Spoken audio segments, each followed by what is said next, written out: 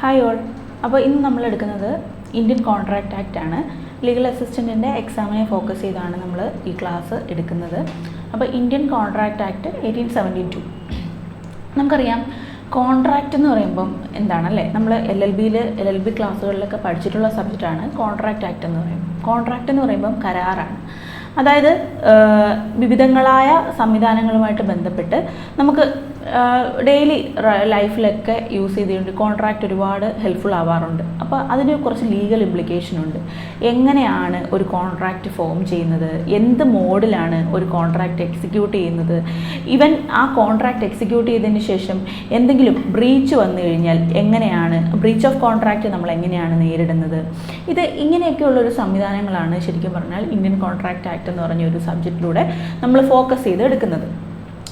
ഈ ഒരു Indian contract ആക്ടിൻ്റെ ഒരു പ്രത്യേകത എന്ന് വെച്ച് കഴിഞ്ഞാൽ ഇത് നമ്മളുടെ ശരിക്കും ഇന്ത്യൻ ലോയുടെ ഒരു ഭാഗമാണ്. കാരണം ഞാൻ അങ്ങനെ പറയാനുള്ള റീസൺ, ഇത് UK അല്ലെങ്കിൽ ബ്രിട്ടൻ ലോയുടെ ഒരു ബ്ലൂ പ്രിൻ്റാണ്. കാരണം മെർക്കൻറ്റൈൽ ലോയുടെ ഒരു ബ്ലൂ പ്രിൻ്റാണ്. നമ്മളുടെ ശരിക്കും പറഞ്ഞാൽ നമ്മളുടെ ഇന്ത്യൻ ലോ എക്സാക്റ്റ് ആണോ എന്ന് ചോദിച്ചു കഴിഞ്ഞാൽ ഒരിക്കലും അല്ല. അതുകൊണ്ട് തന്നെ കുറച്ച് പഠിക്കുമ്പോൾ കുറച്ച് ഹാർഡായിട്ട് തോന്നാറുണ്ട്. നമുക്ക് കുറച്ച് സബ്ജക്റ്റുകൾ കുറച്ച് അതിൻ്റെ ഒരു കൺസ്ട്രക്ഷൻ, ഇപ്പോൾ നമുക്ക് ബെറാക്റ്റ് വായിക്കുമ്പോഴായാലും അല്ലെങ്കിൽ അതിൻ്റെ സെക്ഷൻസിലൂടെ അല്ലെങ്കിൽ ഡെഫിനിഷൻ പാർട്ടിലൂടെ കടന്നു പോകുമ്പോഴായാലും കുറച്ച് ഹാർഡായിട്ട് സബ്ജക്റ്റുകൾ നമുക്ക് വായിച്ച് മനസ്സിലാക്കിയെടുക്കാൻ ബുദ്ധിമുട്ട് തോന്നാറുണ്ട്. അപ്പോൾ അതുകൊണ്ട് തന്നെ നിങ്ങൾ ശ്രദ്ധിച്ചിരുന്നു കഴിഞ്ഞാൽ വളരെ വളരെ ഈസി ആയിട്ട് നമുക്ക് ഇതെങ്ങനെയാണ് ഇന്ത്യൻ കോൺട്രാക്റ്റ് ആക്ട് എന്ന് വെച്ച് കഴിഞ്ഞാൽ എന്താണ്, എങ്ങനെയാണ് അതിൻ്റെ, ഞാൻ പറഞ്ഞില്ലേ ഈ ഒരു കോൺട്രാക്റ്റ് ഫോം ചെയ്യുന്നു. കോൺട്രാക്റ്റ് ഫോം ചെയ്തതിന് ശേഷം even in case of any breach is included, എന്തെങ്കിലും ഒരു ബ്രീച്ച് ഇൻക്ലൂഡ് ചെയ്ത് കഴിഞ്ഞാൽ, ആ ഒരു കോൺട്രാക്റ്റിൽ എന്തെങ്കിലും ബ്രീച്ച് ഇൻക്ലൂഡ് ചെയ്ത് കഴിഞ്ഞാൽ എങ്ങനെയാണ് നമ്മളൊരു ബ്രീച്ച് ഓഫ് കോൺട്രാക്റ്റിന് നമ്മൾ സ്യൂട്ട് ഫയൽ ചെയ്യുന്ന, കേസ് ഫയൽ ചെയ്യുന്നത് എങ്ങനെയാണ്, ആ ബ്രീച്ച് ഓഫ് കോൺട്രാക്റ്റ് നമുക്ക് എങ്ങനെ ആ ബ്രീച്ചിലൂടെ ഒരു റെമഡി നേടിയെടുക്കാൻ കഴിയും, ഇങ്ങനെയൊക്കെയുള്ള സംഗതികളാണ് നമ്മൾ ഈ ഒരു ഇന്ത്യൻ കോൺട്രാക്റ്റ് ആക്ട് 1872 മനസ്സിലാക്കുന്നത്. അപ്പോൾ ഇന്ത്യൻ കോൺട്രാക്റ്റ് ആക്ട് 1872 ശരിക്കും പറഞ്ഞാൽ came into force on the date and year ഉണ്ട്. കാരണം നമ്മൾ ഇപ്പോൾ ലീഗൽ അസിസ്റ്റൻറ്റിൻ്റെ എക്സാമിന് നമുക്കറിയാം MCQs ആണ്. അപ്പോൾ ആ ഒരു ക്വസ്റ്റ്യൻ പ്രതീക്ഷിക്കാവുന്ന ഒരു ക്വസ്റ്റ്യനാണ്, എന്നാണ് ഈ ഒരു കോൺട്രാക്റ്റ് ആക്ട് എൻഫോഴ്സ് ചെയ്തത്, കെയിം ഇൻ ടു ഫോഴ്സ് ആയത് എന്നാണ്. അപ്പോൾ സെപ്റ്റംബർ 1, 1872 ആണ് ഇന്ത്യൻ കോൺട്രാക്റ്റ് ആക്ട് നിലവിൽ വരുന്നത്. സെപ്റ്റംബർ 1 ആണ്, സെപ്റ്റംബർ 1, 1872 ആണ്. അപ്പോൾ ആ ഒരു ഉത്തരങ്ങളിലൊക്കെ, ആ ചോയ്സിലൊക്കെ സെപ്റ്റംബർ 1 എന്നുള്ളത് കാണും, അതോടൊപ്പം തന്നെ ജൂലൈ 1 കാണും, ഓഗസ്റ്റ് 1 കാണും. നമുക്ക് പെട്ടെന്ന് കൺഫ്യൂഷൻ ഉണ്ടാവും. അപ്പോൾ മറക്കാതിരിക്കുക, സെപ്റ്റംബർ 1, 1872 ആണ് Indian contract act came into force on the year എന്ന് പറയുന്നത്, ഇയർ ആൻഡ് ഡേറ്റ് എന്ന് പറയുന്നത്. മന്തും സെപ്റ്റംബർ ആണ്. അപ്പോൾ നമുക്കിനി എന്താണ് കോൺട്രാക്റ്റ് എന്നുള്ളത് നോക്കാം. What is a contract according to Indian contract act? എന്താണ് ഒരു കോൺട്രാക്റ്റ് എന്ന് പറയുന്നത്? അപ്പോൾ കോൺട്രാക്റ്റ് എന്ന് വെച്ച് കഴിഞ്ഞാൽ ശരിക്കും ഡെഫിനിഷൻ പാർട്ടിൽ സെക്ഷൻ 2 കോൺട്രാക്റ്റ് എന്താണെന്ന് ഡിഫൈൻ ചെയ്യുന്നത്. സെക്ഷൻ 2 ആണ് ഡെഫിനിഷൻ, ഇൻ്റർപ്രിട്ടേഷൻ ക്ലോസ്. നമുക്കറിയാം നമ്മുടെ മിക്ക ലോസിൻ്റെയും നമ്മളുടെ മിക്ക നിയമത്തിൻ്റെയും ഡെഫിനിഷൻ പാർട്ട് അല്ലെങ്കിൽ ഇൻ്റർപ്രിട്ടേഷൻ ക്ലോസ് മിക്കപ്പോഴും സെക്ഷൻ 2 ആണ് വരുന്നത്. അതിൽ തന്നെ സെക്ഷൻ 2 ക്ലോസ് H ആണ് ഇന്ത്യൻ കോൺട്രാക്റ്റ് എന്താണ്, വാട്ട് ഈസ് കോൺട്രാക്റ്റ് എന്നുള്ളത് ഡിഫൈൻ ചെയ്യുന്നത്. അപ്പോൾ according to section 2 clause H of the Indian contract act defines contract. What is contract? Contract means it is an agreement enforceable by law. ഒരു agreement enforceable by law വരുമ്പോഴാണ് എപ്പോഴും ഒരു contract എന്ന് പറയുന്നത്, അല്ലേ? ഒരു എഗ്രിമെൻ്റ് ഉണ്ടായിരിക്കണം, അവിടെ ഒരു എൻഫോഴ്സിബിലിറ്റി ഉണ്ടായിരിക്കണം. It is an agreement enforceable by law. So what is contract? അപ്പോൾ ഇനി അത് മറക്കാൻ പാടില്ല. എന്താണ് കോൺട്രാക്റ്റ്? ഇതിൻ്റെ ഒരു ബേസിക് ആണ്. കാരണം നമ്മൾ കോൺട്രാക്റ്റ് ആക്ട് പഠിക്കുമ്പോൾ എന്താണ് കോൺട്രാക്റ്റ് എന്ന് നമുക്ക് ആദ്യം മനസ്സിലാവണം, അല്ലേ? അപ്പോൾ എന്താണ് contract? What is contract? Contract means it is an agreement enforceable by law. Agreement ലോയിലൂടെ എൻഫോഴ്സ് ചെയ്യുന്നു. അപ്പോൾ agreement plus enforceability by law equal to contract. നമ്മൾ ഇങ്ങനെ സിമ്പിളായിട്ട് ഷോർട്ടായിട്ട് പഠിക്കുമ്പോഴാണ് നമുക്കത് പെട്ടെന്ന് മനസ്സിലാവുന്നത് എന്താണ്, അല്ലെങ്കിൽ നമ്മൾ കുറേ നേരം വായിച്ച് അല്ലെങ്കിൽ അത് എന്താണെന്ന് നമുക്ക് മനസ്സിലാക്കി എടുക്കാൻ പറ്റാതെ ബുദ്ധിമുട്ടായി കഴിയുമ്പോൾ നമുക്കത് പിടിയിട്ടില്ല. അപ്പോൾ സിമ്പിളായിട്ട് മനസ്സിലാക്കുകയാണെങ്കിൽ according to section 2 Clause H of the Indian Contract Act defines what is contract. Contract means it is an agreement enforceable by law. അപ്പോൾ സോ നമ്മൾ എഗ്രിമെൻ്റ് എന്താണെന്ന് ആദ്യം പഠിക്കണം അല്ലേ. അപ്പോൾ നമുക്ക് കോൺട്രാക്റ്റ് എന്ന് പറയുമ്പോൾ ഒരു എഗ്രിമെൻറ്റും അത് എൻഫോഴ്സിബിലിറ്റി ബൈ ലോയും ആണെന്ന് മനസ്സിലായി. അപ്പോൾ ഇനി എന്താണ് ഈ എഗ്രിമെൻറ്റ്? എഗ്രിമെൻറ്റ് എവിടെയാണ് ഡിഫൈൻ ചെയ്യുന്നത്? എഗ്രിമെൻറ്റ് ഡിഫൈൻ ചെയ്യുന്നത് എവിടെയാണ്? അതും കോൺട്രാക്റ്റ് ആക്ടിലെ സെക്ഷൻ 2 തന്നെയാണ് ഡിഫൈൻ ചെയ്യുന്നത്. സെക്ഷൻ 2 ഏതാണ്? സെക്ഷൻ 2 Clause E ആണ് എന്തെന്ന് പറയുന്നത്? എഗ്രിമെൻ്റ് എന്ന് പറയുന്നത്. അപ്പോൾ according to section 2 Clause E of the Indian contract act 1872. അപ്പോൾ നമ്മൾ ലോ പറയുമ്പോൾ എപ്പോഴും ആ ഒരു ഇയറും കൂടെ ചേർത്ത് വേണം പറയാൻ. ഇന്ത്യൻ കോൺട്രാക്ട്, ഇപ്പോൾ constitution of India 1950, transfer of property act 1882, നമ്മൾ ആ ഒരു ഇയറും കൂടെ ചേർത്തിട്ടാണ് എപ്പോഴും എന്ത് പറയുന്നത്, ആ ഒരു നിയമത്തെക്കുറിച്ച് സംസാരിക്കുമ്പോൾ അതിൻ്റെ ഇയറും കൂടെ നമ്മൾ മനസ്സിലാക്കണം എന്താണെന്നുള്ളത്. അപ്പോഴാണ് അതൊരു കംപ്ലീറ്റ് ഡെഫിനിഷൻ ആവുന്നത്. അപ്പോൾ according to section 2 Clause E of the Indian contract act it defines agreement. Section 2 Clause C. അപ്പോൾ എഗ്രിമെൻ്റ് എന്താണ്? എഗ്രിമെൻ്റ് എന്ന് പറയുമ്പോൾ every promise and every set of promise forming consideration of each other is an agreement. അപ്പോൾ agreement എന്ന് പറഞ്ഞു കഴിഞ്ഞാൽ every promise and every set of promises forming consideration of each other is an agreement. നമ്മൾ ആ ഒരു definition complete ആയിട്ട് മനസ്സിലാക്കി വരുമ്പോൾ ഇങ്ങനെ ഒന്നൊന്നായിട്ട് ഓരോരോ പാർട്ട് മനസ്സിലാക്കി പോകണം, എങ്കിലേ നമുക്ക് ആ ഒരു പിടികിട്ടുള്ളൂ എന്താണെന്നുള്ളത്. അപ്പോൾ കോൺട്രാക്റ്റ് എന്ന് പറയുമ്പോൾ എഗ്രിമെൻറ്റും അതിൻ്റെ ഒരു എൻഫോഴ്സിബിലിറ്റി ബൈ ലോയും ആണെന്ന് നമ്മൾ പഠിച്ചു. അപ്പോൾ ആ ഒരു കോൺട്രാക്ട്, അപ്പോൾ അവിടെ എഗ്രിമെൻ്റ് എന്താണെന്ന് നമ്മൾ മനസ്സിലാക്കണം. എഗ്രിമെൻ്റ് എന്ന് വെച്ചാൽ എന്താണ്? Every promises and every set of promises forming consideration of each other is an agreement. ഒരു പ്രോമിസോ അല്ലെങ്കിൽ എവരി സെറ്റ് ഓഫ് പ്രോമിസ്, ഇപ്പോൾ നമുക്കൊരു കോൺട്രാക്റ്റ് ഫോം ചെയ്യുമ്പോൾ കോൺട്രാക്റ്റ് ഫോം ചെയ്യാൻ എത്ര പേഴ്സൺസ് വേണം? സെവറൽ പേഴ്സൺസ് വേണം. സെവറൽ പേഴ്സൺസ് പറയുമ്പോൾ ഒരാളല്ല അല്ലേ, 2 or more ഉണ്ടാവണം, അല്ലെങ്കിൽ 2 അല്ലെങ്കിൽ അതിൽ കൂടുതൽ ഉണ്ടാവണം, എങ്കിൽ മാത്രമേ എന്താവുള്ളൂ, ഒരു കോൺട്രാക്റ്റ് ഫോം ചെയ്യാൻ പറ്റുള്ളൂ. ഇപ്പോൾ എനിക്ക് ഒറ്റയ്ക്ക് ഒരു കോൺട്രാക്റ്റ് ഫോം ചെയ്യാൻ പറ്റുമോ? ഇല്ല. അപ്പോൾ എനിക്കൊരു കോൺട്രാക്റ്റ് ഫോം ചെയ്യണമെങ്കിൽ നിങ്ങളിലൊരാളും കൂടെ ചേർന്ന് നമ്മൾ ഒരുമിച്ചിട്ടാണ്, ഒന്നോ അതിലധികമോ ആളുകൾ ചേർന്നിട്ടാണ് ഒരു കോൺട്രാക്റ്റ് ഫോം ചെയ്യുന്നത്. അപ്പോൾ അതിൽ നിന്ന് മനസ്സിലാക്കേണ്ടത് എഗ്രിമെൻ്റ് ഉണ്ടായിരിക്കണം, അതിനൊരു എൻഫോഴ്സിബിലിറ്റി ബൈ ലോയും ഉണ്ടായിരിക്കണം അല്ലേ. ഒരു എഗ്രിമെൻ്റ് ഉണ്ടായിരിക്കണം, അതിനൊരു എൻഫോഴ്സിബിലിറ്റി ബൈ ലോയും ഉണ്ടായിരിക്കണം. അപ്പോൾ ആ എഗ്രിമെൻ്റ് എന്ന് പറയുന്നത് എന്താണ്? സെക്ഷൻ 2 Clause E ആണ് particularly defines agreement. What is an agreement under Indian contract act 1872? Every promises and every set of promises forming consideration of each other is an agreement. Okay. അപ്പോൾ ഒരു പ്രോമിസോ അല്ലെങ്കിൽ every set of പ്രോമിസസോ forming consideration is important. കൺസിഡറേഷനും കൂടെ ചേരുമ്പോഴാണ് എന്താവുന്നത്? Consideration of each other is an agreement. അവർ ഒരു പ്രോമിസോ അല്ലെങ്കിൽ ഒരു സെറ്റ് ഓഫ് പ്രോമിസസോ ചേർന്ന് അതിനോടൊപ്പം ഒരു കൺസിഡറേഷൻ. അപ്പോൾ നമ്മൾ എഗ്രിമെൻറ്റിൻ്റെ ഡെഫിനിഷൻ എങ്ങനെയാണ് പഠിക്കുക?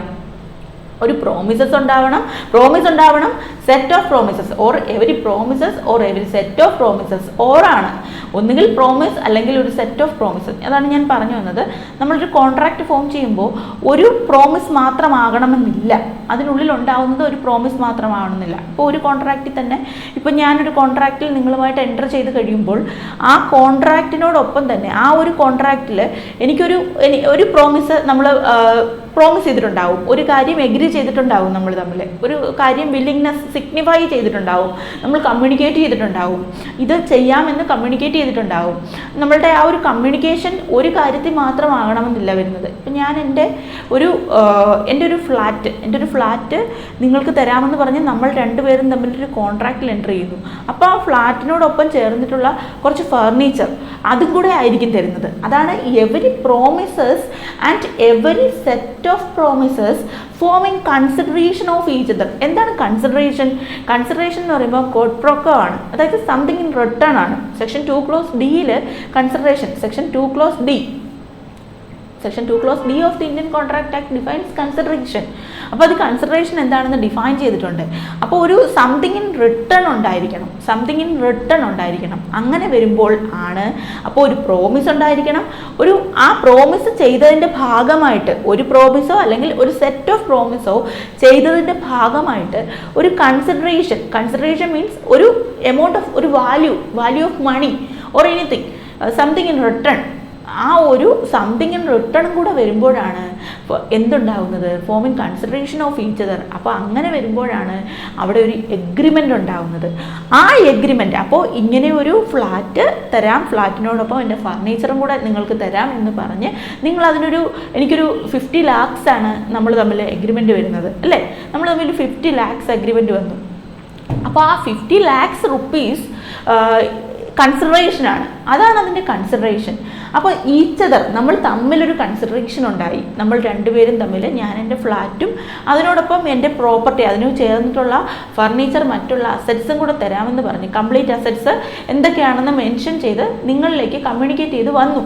അത് നിങ്ങൾക്ക് തരുമ്പോൾ അതെന്തായി കഴിഞ്ഞു, അപ്പോൾ അപ്പോൾ എനിക്ക് ഇങ്ങോട്ടേക്കൊരു കൺസിഡറേഷൻ വേണം, സംതിങ് ഇൻ റിട്ടേൺ വേണം. നമുക്ക് ഒരു കാര്യം നമ്മളൊരാൾക്ക് ചെയ്യുമ്പോൾ അതൊരു ഗ്രാറ്റിറ്റ്യൂസ് അല്ല, നമ്മൾ തമ്മിലൊരു കൺസിഡറേഷൻ ഉണ്ടായിരിക്കണം. അപ്പോൾ സംതിങ് ഇൻ റിട്ടേൺ അതെനിക്ക് തന്നു. അപ്പോൾ നമ്മൾ തമ്മിലൊരു എഗ്രിമെൻ്റ് ആയി.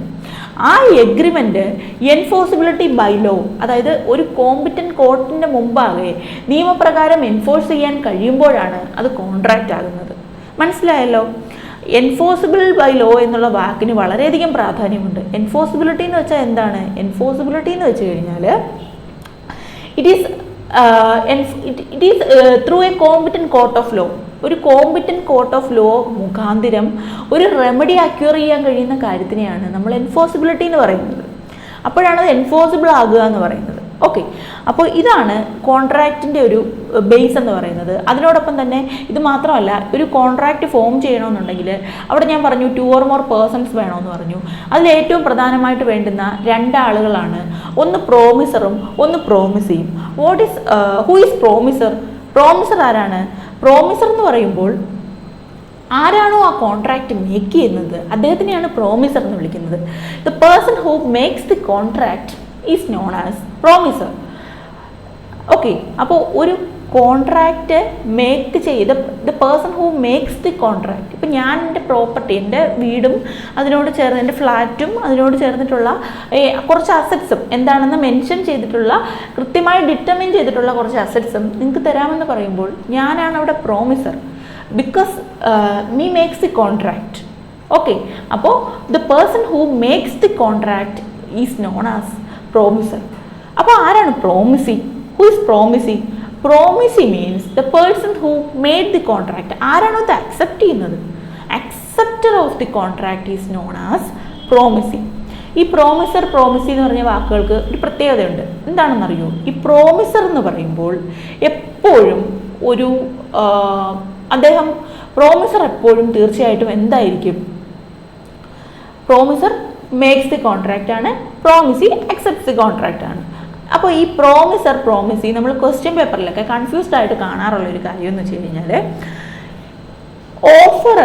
ഓഫർ എന്നും കാണാറുണ്ട്, ഓഫറർ എന്നും ഓഫർ എന്നും കാണാറുണ്ട്. ഈ ഓഫറർ ആരാണെന്നറിയോ? അദ്ദേഹം തന്നെയാണ് പ്രോമിസർ. ഇന്ത്യൻ ലോ പ്രകാരം പ്രോമിസർ എന്ന് വിളിക്കുകയും ഇംഗ്ലീഷ് ലോ പ്രകാരം എന്ത് വിളിക്കുന്നു? ഓഫറർ എന്ന് വിളിക്കുന്നു. ഈ പ്രോമിസർ തന്നെയാണ് under English law offerer. Respectively promisee എന്ന് പറയുന്ന അദ്ദേഹം തന്നെയാണ് ഇംഗ്ലീഷ് ലോ പ്രകാരം എന്തെന്ന് പറയുന്നത്? ഓഫറി എന്ന് പറയുന്നത്. അപ്പോൾ ഇത് കൺഫ്യൂഷൻ വരാൻ പാടില്ല. ഇന്ത്യൻ ലോ പ്രകാരം പ്രോമിസർ എന്ന് വിളിക്കുന്നു, അദ്ദേഹത്തിനെ ഇംഗ്ലീഷ് ലോയിൽ ഓഫറർ എന്ന് വിളിക്കുന്നു. ഇന്ത്യൻ ലോ പ്രകാരം പ്രോമിസി എന്ന് വിളിക്കുന്നു, അദ്ദേഹത്തെ ഇംഗ്ലീഷ് ലോ പ്രകാരം ഓഫറി എന്ന് വിളിക്കുന്നു. അപ്പോൾ നമ്മളുടെ ആ ഒരു വേർഡിൻ്റെ കുറച്ചൊരു വ്യത്യാസമേ ഉള്ളൂ. കാരണം ഇംഗ്ലീഷ് ഞാൻ പറഞ്ഞല്ലോ, it is the blueprint of the Britain law അല്ലെങ്കിൽ ഇംഗ്ലീഷ് ലോ, ഫോറിൻ ലോ എന്ന് നമുക്ക് പറയാം. കാരണം അത് കുറേ നമുക്ക് കേസ് ലോസ് ഇതിൻ്റെ പ്രീസിഡൻസ് നോക്കുമ്പോൾ തന്നെ അത് വ്യക്തമാണ്. കാരണം വളരെ അപൂർവമായിട്ടുള്ള കേസ് ലോസ് മാത്രമേ കോൺട്രാക്റ്റ് ആക്ടിൽ നമ്മൾ പഠിച്ചു കഴിയുമ്പോഴും മനസ്സിലാക്കി കഴിയുമ്പോഴും ഇന്ത്യൻ ലോ പ്രകാരമുള്ള കേസ് ലോസ് വളരെയധികം കുറവാണ്. വളരെയധികം കുറവാണ്. കൂടുതലും ഇംഗ്ലീഷ് കേസസ് ആണ്. അപ്പോൾ അത് ഇംഗ്ലീഷ് നിയമങ്ങളിൽ നിന്നും, അതായത് ഇംഗ്ലീഷ് കോമൺ ലോ പ്രിൻസിപ്പിളാണ്, കോമൺ ലോ പ്രിൻസിപ്പിളിൽ നിന്നും അഡോപ്റ്റ് ചെയ്തിട്ടുള്ള കാര്യങ്ങളാണ് കൂടുതലും നമ്മുടെ കോൺട്രാക്റ്റ് ആക്റ്റിലുള്ളത്. അപ്പോൾ നമ്മൾ കുറച്ച് ഇപ്പോൾ ഇതിൻ്റെ ഒരു അടിസ്ഥാനം മനസ്സിലായല്ലോ. ഇതിനകത്തൊരു കോൺട്രാക്റ്റ് ഫോം ചെയ്യണമെങ്കിൽ ഒരു പ്രോമിസർ വേണം, ഒരു പ്രോമിസി വേണം. പിന്നെ ആ കോൺട്രാക്റ്റ് ആകണമെങ്കിൽ പ്രയറായിട്ട് അതിനൊരു എഗ്രിമെൻറ്റ് വേണം. ആ എഗ്രിമെൻറ്റിനോടൊപ്പം തന്നെ ഒരു കൺസിഡറേഷൻ വേണം. ആ കൺസിഡറേഷൻ വരുമ്പോൾ അത് ഒരു കോടതിയുടെ മുമ്പാകെ ആ എഗ്രിമെൻറ്റ് എൻഫോഴ്സ് ചെയ്യാൻ കഴിയുമെങ്കിൽ അതിനെ നമുക്ക് തീർച്ചയായിട്ടും എന്തെന്ന് വിളിക്കാം, നമുക്ക് കോൺട്രാക്റ്റ് എന്ന് പറയാം. In case it cannot be enforceable through a competent court of law, it is called as void. ഒരു കോമ്പിറ്റന്റ് കോർട്ട് ഓഫ് ലോയുടെ മുമ്പാകെ ഇത് എൻഫോഴ്സ് ചെയ്യാൻ കഴിഞ്ഞില്ലെങ്കിൽ ഇതെന്തായി മാറും? വോയിഡായി മാറും. ഓക്കെ, ഇതാണ് അതിൻ്റെ ഒരു ബേസ് എന്ന് പറയുന്നത്. അപ്പോൾ നമുക്ക് കൺസിഡറേഷൻ എന്ന് പറയുമ്പോൾ, കൺസിഡറേഷൻ നമ്മൾ കൂടുതലായിട്ട് വ്യക്തമായിട്ട് മനസ്സിലാക്കും. കൺസിഡറേഷൻ എന്ന് പറയുമ്പോൾ സംതിങ് ഇൻ റിട്ടേൺ ആണെന്ന് ഞാൻ പറഞ്ഞു. വൺ പേഴ്സൺ സിഗ്നിഫൈസ്, അദ്ദേഹത്തിൻ്റെ അസെൻറ്റ് സിഗ്നിഫൈസ് ചെയ്യുവാണ്, അതായത് കമ്മ്യൂണിക്കേറ്റ് ചെയ്യുവാണ്. അത് അല്ലെങ്കിൽ തന്നെ എങ്ങനെയാണ് അസെൻറ്റ് കമ്മ്യൂണിക്കേറ്റ് ചെയ്യുന്നത്? അത് പ്രസൻ്റ് ആകാം, ഫ്യൂച്ചർ ആകാം, പാസ്റ്റ് ആകാം. അതായത് consideration may be past, present or future എന്നാണ് പറയുന്നത്. ഓക്കെ, അപ്പോൾ അങ്ങനെയും, കാരണം പാസ്റ്റ് പേയ്മെൻറ്റ് നടത്താം, പ്രസൻറ്റ് പേയ്മെൻറ്റ് നടത്താം, ഫ്യൂച്ചറിലേക്ക് എഗ്രി ചെയ്തിട്ട് ഒരു പേയ്മെൻറ്റ്, ചിലപ്പോൾ ചില കോൺട്രാക്റ്റുകൾ മുൻപ് തന്നെ പേയ്മെൻറ്റ് നടത്തിയിട്ടുണ്ടാവും. പിന്നെ അതിൻ്റെ ഒരു എക്സ്റ്റൻഷനായിട്ടായിരിക്കും പിന്നീട് ഒരു പേയ്മെൻറ്റ്, പിന്നെ ഒരു കോൺട്രാക്റ്റിലേക്ക് അത് വരുന്നത്. ഓക്കെ, അപ്പോൾ പാസ്റ്റ് കൺസിഡറേഷനായി. പ്രസൻറ്റ് കൺസിഡറേഷൻ എന്ന് പറയുമ്പോൾ നമ്മളിപ്പോൾ തന്നെ പ്രസൻ്റ്ലി ഒരു കാര്യം തീർച്ചപ്പെടുത്തിയിട്ട് ഉറപ്പാക്കിയിട്ട് എൻഷുർ ചെയ്തതിന് ശേഷം ഇപ്പം തന്നെ പേയ്മെൻറ്റ് നടത്തി നമ്മൾ ആ കോൺട്രാക്റ്റിലേക്ക് എൻഫോഴ്സ് ചെയ്യുന്ന ഒരു തീരുമാനം എടുക്കുമ്പോഴാണ് അത് പ്രസൻറ്റ് കൺസിഡറേഷൻ ആവുന്നത്. ഫ്യൂച്ചർ കൺസിഡറേഷൻ എന്ന് പറയുമ്പോൾ ഫ്യൂച്ചർ ഇവൻറ്റ്സ്, അതായത് ഫ്യൂച്ചർ ഇവൻറ്റിൽ ഇത് പേ ചെയ്യാം എന്നുള്ളൊരു എഗ്രിമെൻറ്റോട് കൂടി വരുമ്പോഴാണ് അത് ഫ്യൂച്ചർ കൺസിഡറേഷൻ ആകുന്നത്. മനസ്സിലായല്ലോ? അപ്പോൾ ഇതാണ് അതിൻ്റെ ഒരു ഔട്ട്ലൈൻ എന്ന് പറയുന്നത്. ഏതാണ് കോൺട്രാക്റ്റിനെ കുറിച്ച് നമ്മൾ പഠിക്കുമ്പോൾ അതിൻ്റെ ഒരു ഔട്ട്ലൈൻ എന്ന് പറയുന്നത് ഇത്രയും ഇനിയുണ്ട്. അതിൻ്റെ കാര്യങ്ങൾ ബേസായിട്ട് നമ്മൾ പോയി കഴിഞ്ഞാൽ നിങ്ങൾക്കൊരു ഐഡിയ കിട്ടാൻ വേണ്ടിയിട്ടാണ് ഇത്രയും ഞാൻ പറഞ്ഞത്. അപ്പോൾ അതിൽ മറക്കാതിരിക്കേണ്ട ഡെഫിനിഷൻ എന്ന് പറയുമ്പോൾ സെക്ഷൻ 2 Clause H, കോൺട്രാക്റ്റ് എന്താണെന്ന് മറക്കാനേ പാടില്ല. എന്താണ്? It's a contract is an agreement enforceable by law. ആ ഡെഫിനിഷൻ കൃത്യമായിട്ട് സ്പ്ലിറ്റപ്പ് ചെയ്ത് തന്നെ പഠിക്കുക. Section 2 Clause H of the Indian contract act ആണ് കോൺട്രാക്ട് എന്താണെന്ന് ഡിഫൈൻ ചെയ്യുന്നത്. അതിനോടൊപ്പം തന്നെ നമ്മൾ എഗ്രിമെൻറ്റ് വേണമെന്ന് പറഞ്ഞു. അപ്പം നമ്മൾ നേരെ എന്ത് പഠിക്കണം? എഗ്രിമെൻറ്റ് എന്താണെന്ന് പഠിക്കണം.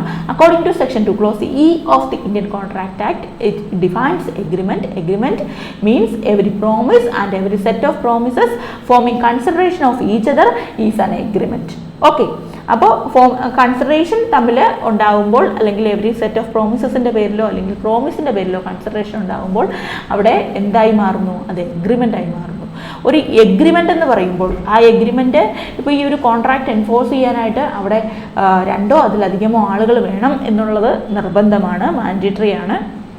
അങ്ങനെ വരുമ്പോൾ അവിടെ അവരെ പ്രത്യേകമായിട്ട് ഒരു പേരിൽ അവർക്ക് ഒരു ടെർമിനോളജി ഉണ്ട്. എന്താണ് ആ ടെർമിനോളജി?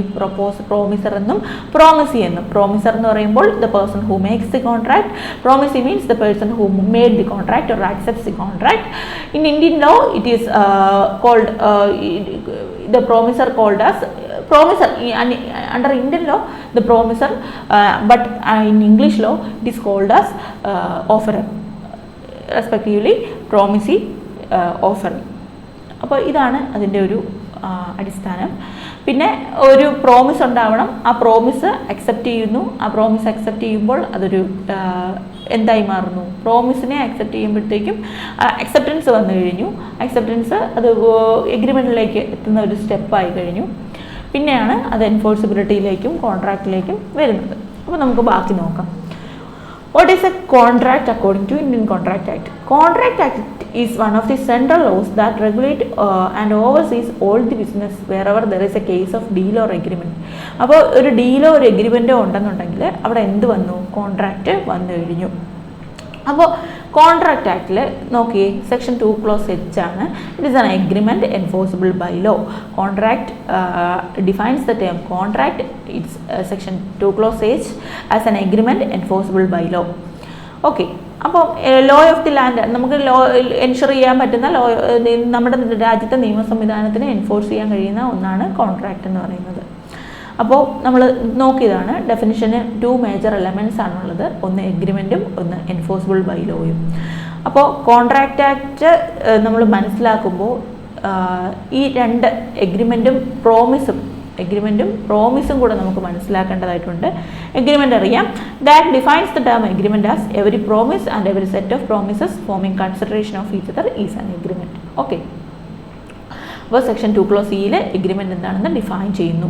നെക്സ്റ്റ് പ്രോമിസ് ആണ് അല്ലേ. പ്രോമിസ് നോക്കിയേ, section 2 clause B defines the term promise. അപ്പോൾ ഇംഗ്ലീഷ് ലോയിൽ ഇതിനെ എന്ത് പറയും? ഓഫർ എന്ന് പറയും. ഇംഗ്ലീഷ് ലോയിൽ ഇതിനെ ഓഫർ എന്നാണ് പറയുന്നത്, ഇന്ത്യൻ ലോ പ്രകാരം പ്രോമിസ് എന്നാണ് പറയുന്നത്. ക്വസ്റ്റ്യൻ പേപ്പറിൽ ചിലപ്പോൾ ഇങ്ങനൊരു ക്വസ്റ്റ്യൻ ഉണ്ടാകാനുള്ള സാധ്യതയുണ്ട്. പ്രോമിസ് എന്ന് ഇന്ത്യൻ ലോ പ്രകാരം വിളിക്കുന്ന പ്രോമിസിനെ ഇംഗ്ലീഷ് ലോയിൽ എന്ത് പേരിൽ അറിയപ്പെടുന്നു? ഓഫർ എന്ന പേരിലാണ് അറിയപ്പെടുന്നത്. അപ്പോൾ നോക്കിയേ, പ്രോമിസ് എന്താണെന്ന് നോക്കിയേ. When the person to whom the proposal is made signifies his assent thereto, the proposal becomes an accepted proposal. A proposal when accepted becomes a promise. അതായത് when the person to whom the proposal is made, അതായത് ആരെയാണോ proposal അറിയിച്ചത്, നമ്മൾക്ക് ഒരു കാര്യത്തിനോട് താല്പര്യമുണ്ട്, ആ കാര്യത്തിലേക്ക് ഒരു എൻഫോഴ്സിബിലിറ്റിയിലേക്ക് വരാൻ നിങ്ങൾക്ക് താല്പര്യമുണ്ടോ എന്ന് ചോദിച്ച് നമ്മൾ ആരുടെ സിഗ്നിഫൈസ് എന്ന് വെച്ച് കഴിഞ്ഞാൽ കമ്മ്യൂണിക്കേറ്റ് ചെയ്യുക എന്നുള്ളതാണ് അതിൻ്റെ അർത്ഥം. അപ്പോൾ when the person to whom the proposal is made signifies ആരെയാണ്. അപ്പോൾ the person to whom the proposal made signifies എന്ന് പറയുമ്പോൾ അദ്ദേഹം ആരാണെന്നറിയാവോ? അദ്ദേഹമാണ് പ്രോമിസി. അപ്പോൾ അദ്ദേഹം സിഗ്നിഫൈസ് ഹിസ് അസെൻറ്റ് ദെയർടു, അദ്ദേഹത്തിൻ്റെ അസെൻറ്റ്, അതൊക്കെ സമ്മതം, കൺസെൻറ്റ് കമ്മ്യൂണിക്കേറ്റ് ചെയ്യുന്നു. The proposal becomes an accepted proposal. അപ്പോഴത്തേക്കും നമുക്ക് അതിന് എന്ത് മനസ്സിലാക്കാം? അദ്ദേഹം ആ സമ്മതം അറിയിക്കുമ്പോൾ അതൊരു അക്സെപ്റ്റഡ് പ്രൊപ്പോസലാണെന്ന് നമുക്ക് മനസ്സിലാക്കാം. കാരണം അദ്ദേഹം അതിനോട് താല്പര്യപ്പെട്ട് കഴിഞ്ഞു അല്ലേ, അദ്ദേഹം അതിനെ അക്സെപ്റ്റ് ചെയ്തു. അപ്പോൾ അതിനൊരു അക്സെപ്റ്റഡ് പ്രൊപ്പോസലാണെന്ന് മനസ്സിലാക്കാം. A proposal when accepted becomes a promise. ഒരു പ്രൊപ്പോസൽ അക്സെപ്റ്റ് ചെയ്ത് കഴിഞ്ഞാൽ അത് പ്രോമിസ് ആയി കഴിഞ്ഞു. അപ്പോൾ proposal plus acceptance is equal to എന്താണ്? പ്രോമിസ് ആണ്. മനസ്സിലായല്ലോ. അപ്പോൾ ഒരു പ്രൊപ്പോസലുണ്ട്, അത് അക്സെപ്റ്റ് ചെയ്ത് കഴിഞ്ഞു. ഇത് നമ്മളെ ഏറ്റവും അടിസ്ഥാനമാണ്. ഇനി ഈ ഒരു കാര്യങ്ങളൊക്കെ ക്ലിയർ ആയിട്ട് മനസ്സിലാക്കി കഴിഞ്ഞാൽ മുന്നോട്ടുള്ള നമ്മൾ ബാക്കി കോൺട്രാക്റ്റിൻ്റെ ബാക്കി ഭാഗങ്ങൾ പഠിക്കുമ്പോൾ സിമ്പിളായിട്ട് നമുക്ക് മനസ്സിലാക്കാൻ പറ്റും. അപ്പോൾ ഈ ഒരു ഇതിൽ നിങ്ങൾ നന്നായിട്ടിത് ലേൺ ചെയ്യണം. കാരണം എന്ന് വെച്ച് കഴിഞ്ഞാൽ ഞാൻ പറഞ്ഞില്ലേ, കുറച്ച് ബുദ്ധിമുട്ടുള്ളതും എങ്കിൽ മനസ്സിലാക്കി കഴിഞ്ഞാൽ വളരെയധികം സിമ്പിളായുമായ ഒരു സബ്ജക്റ്റാണ് ഇന്ത്യൻ കോൺട്രാക്റ്റ് ആക്ട് എന്ന് പറയുന്നത്. അപ്പോൾ അത്രയും വിജിലൻ്റ് ആയിട്ടിരിക്കുക. അപ്പോൾ ഒരു പ്രൊപ്പോസല് അത് സിഗ്നിഫൈ ചെയ്തു, കമ്മ്യൂണിക്കേറ്റ് ചെയ്തു. അപ്പോൾ നമുക്ക് ഈ വാക്കിൽ നിന്ന് തന്നെ മനസ്സിലാക്കാം. Section 2 clause B defines the term promise. Section 2 clause B ആണ് പ്രോമിസ് എന്താണെന്ന് ഡിഫൈൻ ചെയ്യുന്നത്. അപ്പോൾ എന്താണ്? When the person to whom the proposal is made, ആരെയാണോ പ്രൊപ്പോസ് ചെയ്തത് അദ്ദേഹം സിഗ്നിഫൈസ് ഹിസ് അസെൻറ്റ് ദെയർടു. അപ്പോൾ ആരെയാണ് പ്രൊപ്പോസ് ചെയ്തത്? നമുക്ക് ഉറപ്പല്ലേ? പ്രോമിസി അഥവാ ഓഫറി, അവരല്ലേ അക്സെപ്റ്റ് ചെയ്യുന്ന ആൾക്കാർ. അപ്പോൾ when the person to whom the proposal is made signifies his assent thereto, the proposal becomes an accepted proposal. അപ്പോൾ എന്തായി കഴിഞ്ഞു? പ്രൊപ്പോസൽ ഒരു ആക്സെപ്റ്റഡ് പ്രൊപ്പോസൽ ആയി കഴിഞ്ഞു. എ പ്രൊപ്പോസൽ വെൻ അക്സെപ്റ്റഡ്, ഒരു പ്രൊപ്പോസൽ അക്സെപ്റ്റ് ചെയ്ത് കഴിഞ്ഞാൽ ബിക്കംസ് എ പ്രോമിസ്. ആ പ്രൊപ്പോസൽ അക്സെപ്റ്റ് ചെയ്ത് കഴിഞ്ഞാൽ അത് എന്തായി കഴിഞ്ഞു? അതൊരു പ്രോമിസ് ആയി കഴിഞ്ഞു. മനസ്സിലായല്ലോ. അപ്പോൾ പ്രോമിസ് എന്ന് പറയുന്നത് വളരെയധികം ഈസി ആയിട്ട് മനസ്സിലാക്കാൻ പറ്റുന്നൊരു കാര്യമാണ്. When the person to whom according to section 2 clause B of the Indian contract act defines promise. ഇതൊന്നും കൂടെ ക്ലിയർ ആയിട്ട് പറഞ്ഞു കഴിഞ്ഞാൽ, ഇപ്പം ഞാൻ എൻ്റെ ഈ ഫ്ലാറ്റ് 50 lakhs ഫ്ലാറ്റും അതിനോടൊപ്പം മുഴുവനായിട്ടും 50 lakhs എന്ന് പറയുന്നത് ഇൻക്ലൂഡഡ് ആണ്, ഫർണിച്ചറും എല്ലാം കൂടെ ചേർത്തിട്ട് 50 lakhs whatever. അപ്പം ഞാൻ ഈ 50 lakhs ഫ്ലാറ്റ് എനിക്ക് ചെയ്യാൻ പോകുന്നു, നിങ്ങൾക്ക് തരാൻ പോവാണ്. നിങ്ങളിൽ ഒരാൾക്ക് ഞാൻ തരുന്നു. നമ്മൾ തമ്മിലത് എഗ്രിമെൻ്റ് ആയി കഴിഞ്ഞു. എഗ്രിമെൻ്റ് ആകാനുള്ളൊരു സാഹചര്യത്തിലേക്ക് വരികയാണ്. അപ്പോൾ അത് വരുമ്പോൾ എക്സാമ്പിൾ വെച്ചാണ് നമ്മളിപ്പോൾ പഠിക്കുന്നത്. അപ്പോൾ ഞാൻ when the person to whom the proposal is made, ഞാൻ പ്രൊപ്പോസൽ നിങ്ങളിലേക്ക് വെച്ചു. അപ്പോൾ നിങ്ങൾ ആരായി കഴിഞ്ഞു? The person to whom the proposal is made. നിങ്ങൾ അത് അക്സെപ്റ്റ് ചെയ്യാൻ പാകത്തിലായി കഴിഞ്ഞു. Signifies his assent thereto, നിങ്ങൾ ഓക്കെ ആണെന്ന് തന്നെ കമ്മ്യൂണിക്കേറ്റ് ചെയ്തു. അപ്പോൾ അതാണ് സിഗ്നിഫൈസ് മീൻസ് കമ്മ്യൂണിക്കേറ്റ്. അതാണ് ലോ വായിക്കുമ്പോൾ വളരെയധികം സിമ്പിളായിട്ടത് മനസ്സിലാക്കി കഴിഞ്ഞാൽ it is easy to understand. വളരെ സിമ്പിളാണ്. വളരെ സിമ്പിൾ എന്ന് വെച്ച് കഴിഞ്ഞാൽ സിഗ്നിഫൈസ് എന്ന് പറഞ്ഞ വാക്കിന് കമ്മ്യൂണിക്കേറ്റ് ചെയ്യുക എന്നുള്ളതാണ് അർത്ഥം. അപ്പോൾ signifies his assent thereto, നിങ്ങൾ എന്നോട് നിങ്ങളുടെ സമ്മതം അറിയിച്ചു. The proposal becomes an accepted proposal. അപ്പോൾ പ്രൊപ്പോസൽ എന്തായി കഴിഞ്ഞു? പ്രൊപ്പോസൽ എന്ന് പറഞ്ഞ വാക്കിനൊരു ചേഞ്ച് വന്നു കഴിഞ്ഞല്ലേ. പ്രൊപ്പോസൽ ഇത്രയും നേരം അതൊരു സിമ്പിൾ പ്രൊപ്പോസൽ ആയിരുന്നു, but now it becomes an accepted proposal. അത് എന്തായി? ഒരു അക്സെപ്റ്റഡ് പ്രൊപ്പോസലായി. A proposal when accepted becomes a promise. ഒരു പ്രൊപ്പോസൽ അക്സെപ്റ്റഡ് ആയി കഴിയുമ്പോഴത്തേക്കും അത് പ്രോമിസ് ആയി കഴിഞ്ഞു. അപ്പോൾ മുൻപ് വരെ അതൊരു സിമ്പിൾ പ്രൊപ്പോസൽ മാത്രമായിരുന്നു, but now it is A accepted it's an accepted proposal. A proposal when accepted becomes a promise. അപ്പോൾ അതിൻ്റെ ഒരു സ്റ്റേജ് നമ്മളുടെ ഈ കോൺട്രാക്റ്റ് പഠിക്കുമ്പോൾ അതിൻ്റെ ഒരു സ്റ്റേജാണ് നിങ്ങൾ മനസ്സിലാക്കി എടുക്കേണ്ടത്. സിമ്പിളായിട്ടൊരു പ്രൊപ്പോസലാണ് വെച്ചത്. ആ പ്രൊപ്പോസൽ പ്രോമിസിലേക്ക് എത്താൻ എന്ത് വേണ്ടി വന്നു? When the person to whom the proposal is made signifies his assent thereto, the proposal becomes an accepted proposal. A proposal when accepted, it becomes promise. ഒരു പേഴ്സൺ അദ്ദേഹത്തിൻ്റെ പ്രൊപ്പോസൽ അറിയിച്ചപ്പോൾ അതിൻ്റെ അസന്റ് തിരികെ അറിയിക്കുകയും അതിൻ്റെ സമ്മതം അറിയിക്കുകയും അപ്പോൾ തന്നെ അത് അക്സെപ്റ്റഡ് പ്രൊപ്പോസൽ ആവുകയും ചെയ്തു. അപ്പോൾ നമുക്ക് മനസ്സിലാക്കാം, ഒരു കൺസെൻറ്റ് അല്ലെ ഒരു അസെൻറ്റ് വന്നു കഴിയുമ്പോഴത്തേക്കും എന്തായി കഴിഞ്ഞു? It becomes an accepted proposal. So assent വന്നു കഴിയുമ്പോഴത്തേക്കും എന്തായി കഴിഞ്ഞു? It becomes an accepted proposal. Okay, അപ്പോൾ എന്തായി കഴിഞ്ഞു? അത് പ്രോമിസ് എന്ന് പറഞ്ഞ ഒരു സംഗതി ആയി മാറിക്കഴിഞ്ഞു. In other words, an agreement is an accepted promise. ഒരു എഗ്രിമെൻ്റ് ഒരു ആക്സെപ്റ്റഡ് പ്രോമിസ് ആണ്. കാരണം എഗ്രിമെൻ്റ് എന്ന് പറയുമ്പോൾ ആ പ്രോമിസ് അക്സെപ്റ്റ് ചെയ്ത് കഴിയുമ്പോഴാണല്ലോ അത് എഗ്രിമെൻ്റ് ആവുന്നത്.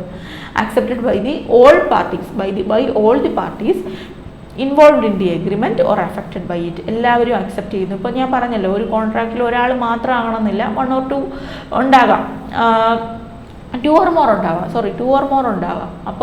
അപ്പോൾ എന്തായി കഴിഞ്ഞു? By all the parties in the agreement or affected by it. The definition says that in order to establish or draft a contract, എന്താണ്? നമുക്കൊരു കുറച്ച് സ്റ്റെപ്സ് വേണം. എന്താണ്? ഫസ്റ്റ് ഒരു പ്രൊപ്പോസൽ വേണം. ആ പ്രൊപ്പോസൽ എന്ത് ചെയ്തിരിക്കണം? അക്സെപ്റ്റ് ചെയ്തിരിക്കണം. അപ്പോൾ അതായത് സിഗ്നിഫൈസ് അസെൻറ്റ് ദെയർടു എന്ന് പറഞ്ഞു കഴിഞ്ഞാൽ കമ്മ്യൂണിക്കേറ്റ് ചെയ്തിരിക്കണം. Once the person accepts the proposal, the status of proposal changes to എന്താണ്? Accepted proposal. ഇത് തന്നെയാണ് പറഞ്ഞത്. ഒരു പ്രൊപ്പോസല് അക്സെപ്റ്റ് ചെയ്ത് കഴിഞ്ഞാൽ അതിൻ്റെ സ്റ്റാറ്റസ് മാറിക്കഴിഞ്ഞു, അത് അക്സെപ്റ്റഡ് പ്രൊപ്പോസൽ ആയി കഴിഞ്ഞു. Okay, accepted proposal becomes a promise. Accepted proposal എന്തായി കഴിഞ്ഞു? ഒരു പ്രോമിസ് ആയി കഴിഞ്ഞു. Note that the proposal is not a promise. Proposal ഒരിക്കലും പ്രോമിസ് അല്ല. അതിന് കുറച്ച് എലമെൻറ്റ്സ് വേണം, ഇൻഗ്രീഡിയൻസ് വേണം. ഒന്ന് മനസ്സിലാക്കിയേ, ഒന്ന് ജസ്റ്റ് ഇപ്പം തന്നെ നിങ്ങളൊന്ന് ഇത്രയും നേരം ഞാൻ പറഞ്ഞത് വെച്ച് അനലൈസ് ചെയ്ത് നോക്കിയേ. ഒരു പ്രൊപ്പോസൽ പ്രോമിസ് ആവണമെങ്കിൽ എന്ത് വേണം? Signifies the assent thereto. ആ സിഗ്നിഫൈ ചെയ്തിരിക്കണം. അപ്പോൾ എന്തായി കഴിഞ്ഞു? Once the proposal is accepted, it becomes an accepted proposal. അല്ലേ? അത് accepted proposal ആയി കഴിഞ്ഞു. The proposal to become a promise, it has to be an accepted proposal. Accepted proposal വേണം. അപ്പം എഗ്രിമെൻ്റ് എന്ന് പറയുമ്പോൾ അതെന്താണ്? ഒരു ഓഫർ പ്ലസ് അക്സെപ്റ്റൻസ് ആണ്. ആദ്യം ഒരു പ്രൊപ്പോസൽ ഓഫർ എന്ന് പറയുമ്പോൾ നിങ്ങൾ റെസ്പെക്റ്റീവ്ലി മനസ്സിലാക്കിക്കോണം. എന്താണ് അത്? ഓഫർ എന്ന് പറയുമ്പോൾ അതൊരു പ്രൊപ്പോസലാണ്. അവിടെ ഒരു പ്രൊപ്പോസലുണ്ട്. അപ്പോൾ ഒരു എഗ്രിമെൻ്റ് എന്ന് പറയുമ്പോൾ ഒരു ഓഫറും അതിനോടൊപ്പം തന്നെ ഒരു അക്സെപ്റ്റൻസും വരണം. പിന്നെ എൻഫോഴ്സിബിലിറ്റി ബൈ ലോ വരുമ്പോഴാണ് അതിൻ്റെ ഒരു കോൺട്രാക്റ്റ് വരുന്നത്. ഓക്കെ, അപ്പോൾ ഞാനിവിടെ ഒരു എക്സാമ്പിൾ പറഞ്ഞിട്ടുണ്ട്. ആ എക്സാമ്പിൾ ഒന്നുമില്ല, ഇതിപ്പോൾ നമ്മളിപ്പോൾ ഈ പറഞ്ഞു തന്ന എക്സാമ്പിൾ തന്നെ നിങ്ങൾ മനസ്സിലാക്കിയിരുന്നാൽ മതി. ഇത് നിങ്ങൾ നോട്ട്സ് വായിക്കുമ്പോൾ മനസ്സിലാകാൻ വേണ്ടിയിട്ടാണ് ഈ ഒരു എക്സാമ്പിൾ ഇട്ടിരിക്കുന്നത്. ഞാൻ ഈ പറഞ്ഞു തന്ന ഫ്ലാറ്റിൻ്റെ കേസ് പറഞ്ഞില്ലേ, നമ്മളെങ്ങനെയാണ് ഒരു കോൺട്രാക്റ്റിലേക്ക് എത്തുന്നത് എന്നുള്ളത് ഞാൻ ഫ്ലാറ്റിൻ്റെ എക്സാമ്പിൾ വെച്ച് പറഞ്ഞില്ലേ, അത് തന്നെ മനസ്സിലാക്കിയിരുന്നാൽ മതി. ഇതിൻ്റെ കൂട്ടത്തിൽ ഇല്ലുസ്ട്രേഷനായിട്ടൊന്ന് വായിച്ചിരുന്നാൽ മതി. ഓക്കെ, അപ്പോൾ കോൺട്രാക്റ്റ് നോക്കിയേ. അക്സെപ്റ്റഡ് പ്രപ്പോസൽ, ഇപ്പോൾ നമുക്കിങ്ങനെ ഒരു ക്വസ്റ്റ്യൻ ചോദിക്കാം, എപ്പോഴാണ് ഒരു പ്രപ്പോസൽ ആക്സെപ്റ്റഡ് പ്രപ്പോസൽ ആവുന്നത്?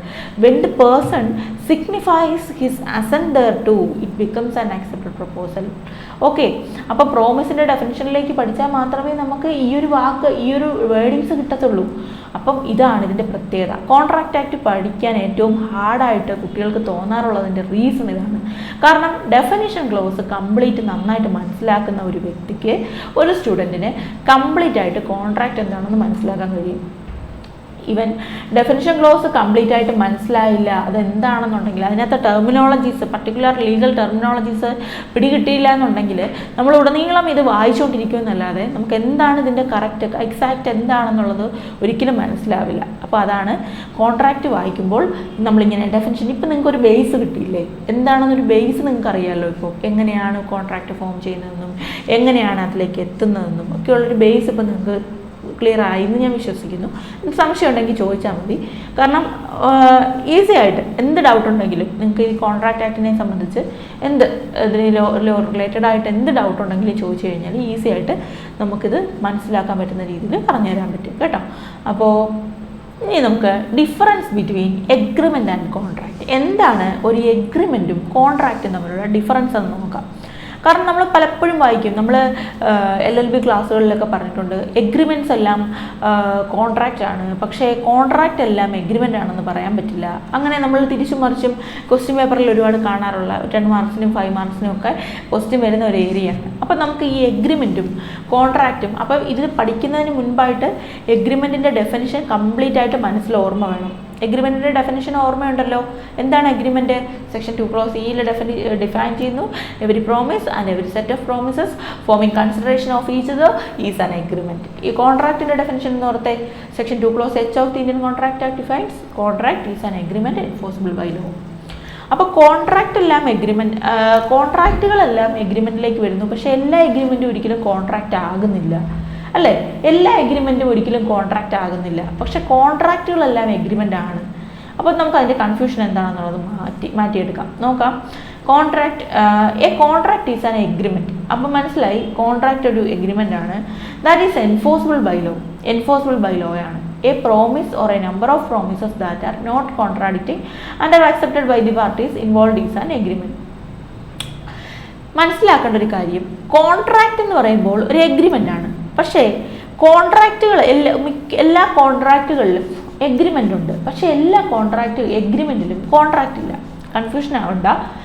എല്ലാ കോൺട്രാക്റ്റുകളിലും എഗ്രിമെൻ്റ് ഉണ്ട്, ഫൈൻ. എല്ലാ കോൺട്രാക്റ്റുകളിലും എഗ്രിമെൻ്റ് ഉണ്ട്, നമുക്കറിയാവുന്ന കാര്യമാണ്. എല്ലാ കോൺട്രാക്റ്റിലും ഒരു എഗ്രിമെൻ്റ് ഉണ്ട്, പക്ഷേ എല്ലാ എഗ്രിമെൻറ്റുകളിലും കോൺട്രാക്റ്റ് ഇല്ല. വൈ? എന്താണ് അതിൻ്റെ റീസൺ?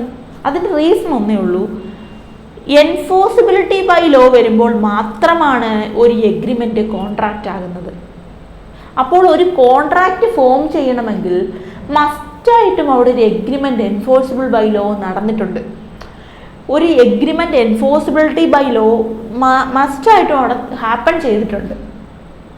പക്ഷേ എല്ലാ എഗ്രിമെൻറ്റും കോൺട്രാക്റ്റ് ആകാത്തത് എന്തുകൊണ്ടാണ്? അവിടെ എൻഫോഴ്സിബിലിറ്റി ബൈ ലോ നടന്നിട്ടില്ല. മനസ്സിലായോ? അവിടെ ഒരു എഗ്രിമെൻ്റ് എൻഫോഴ്സിബിലിറ്റി ബൈ ലോ നടന്നിട്ടില്ല. അതുകൊണ്ടാണ് അത് കംപ്ലീറ്റ് ആയിട്ടും എന്തായി മാറാത്തത്? കംപ്ലീറ്റ് ആയിട്ടും മാറാത്തത് എന്തുകൊണ്ടാണ്? അവിടെ ഒരു എൻഫോഴ്സിബിലിറ്റി ബൈ ലോ നടന്നിട്ടില്ലാത്തത് കൊണ്ടാണ്. അപ്പോൾ ഈ എഗ്രിമെൻറ്റും എൻഫോഴ്സിബിലിറ്റി ബൈ ലോയും നടന്നപ്പോൾ എന്തായി? അവിടെ ഒരു കോൺട്രാക്റ്റ് ഫോം ചെയ്തു. പക്ഷേ എല്ലാ എഗ്രിമെൻറ്റിലും ആ ഒരു എൻഫോഴ്സിബിലിറ്റി ബൈ ലോ നടന്നിരിക്കണമെന്നില്ല. ഫൈൻ, ഇതാണ് അതിൻ്റെ റീസൺ. അപ്പോൾ ഇത് നമ്മൾ കുറേ നേരം വായിച്ച് ഡൗട്ട് അടിക്കേണ്ട ഒരു പോർഷനാണ്. മനസ്സിലായില്ലേ നിങ്ങൾക്ക്? A contract is only legally enforceable and agreement must be socially acceptable. Agreement എന്ന് പറയുമ്പോൾ അത് സോഷ്യലി അക്സെപ്റ്റബിൾ ആണ്. ഞാനൊരു എക്സാമ്പിൾ പറയാം.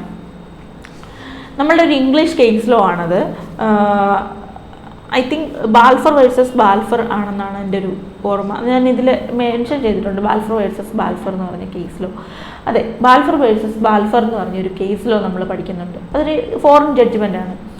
അതിനകത്ത് പറയുന്നത് ഒരു ഡൊമസ്റ്റിക് എഗ്രിമെൻ്റ് ആണ്, അവിടെ ഒരു എൻഫോഴ്സിബിലിറ്റി ബൈ ലോ ഇല്ല.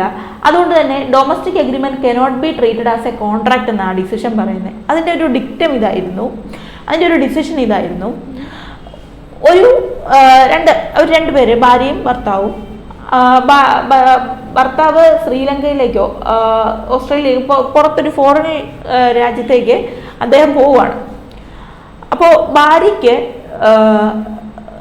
മാസം ഇത്ര രൂപ കൊടുക്കാമെന്ന് പറഞ്ഞിട്ടാണ് അദ്ദേഹം പോയത്.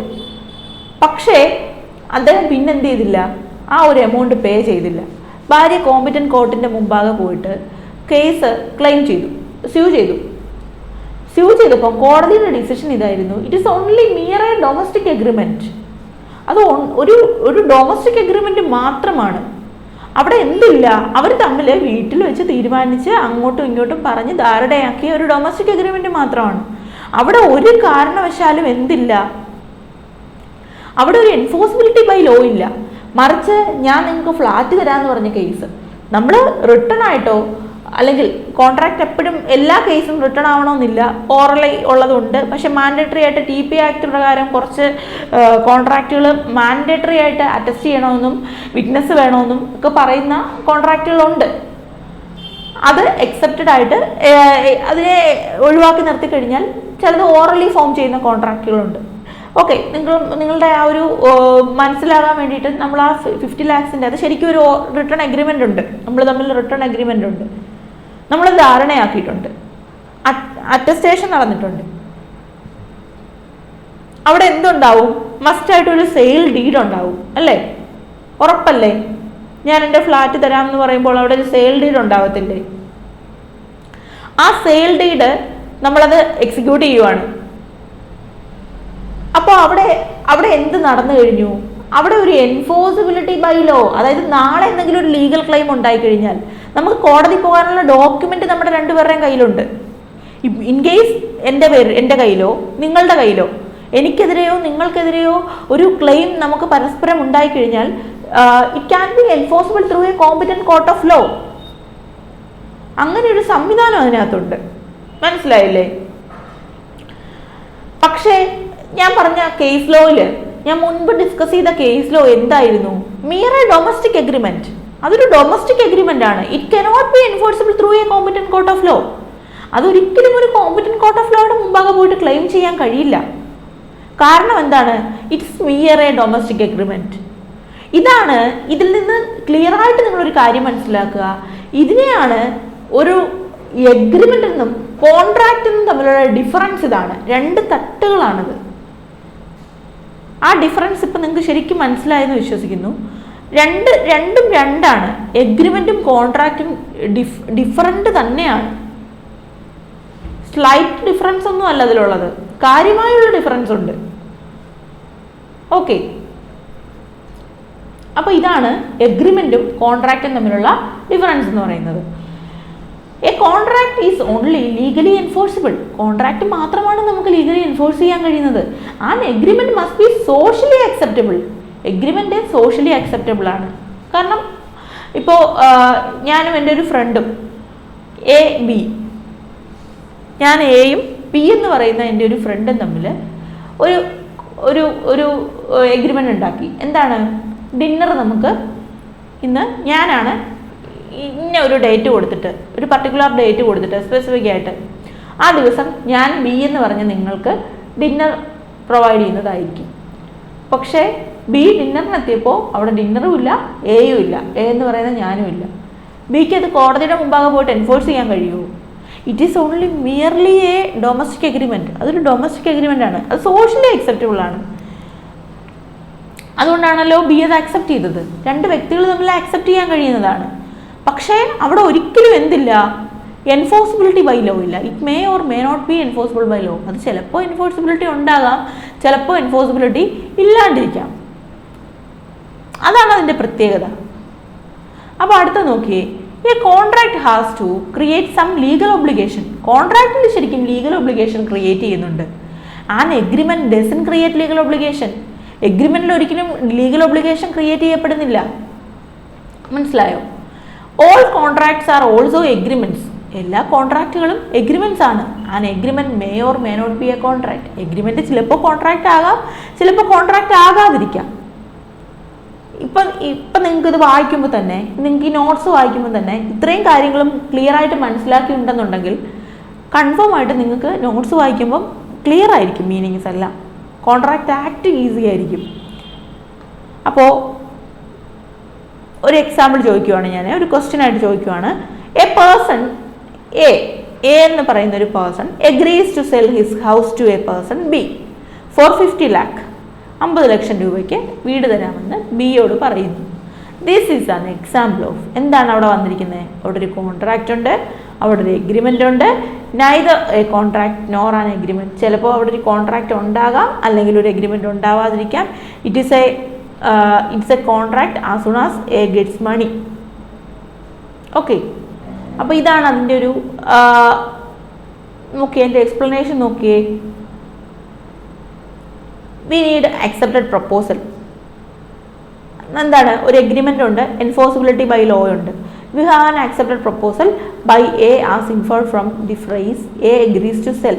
എ എഗ്രി ചെയ്യുന്നു, സെല് ചെയ്യാമെന്ന് എഗ്രി ചെയ്യുന്നു എന്ന് പറയുമ്പോൾ തന്നെ അതൊരു ഇംപ്ലൈഡ്ലി നമുക്ക് മനസ്സിലായി കഴിഞ്ഞു, അവർ തയ്യാറാണ്, ഓക്കെ ആണ് അവർ.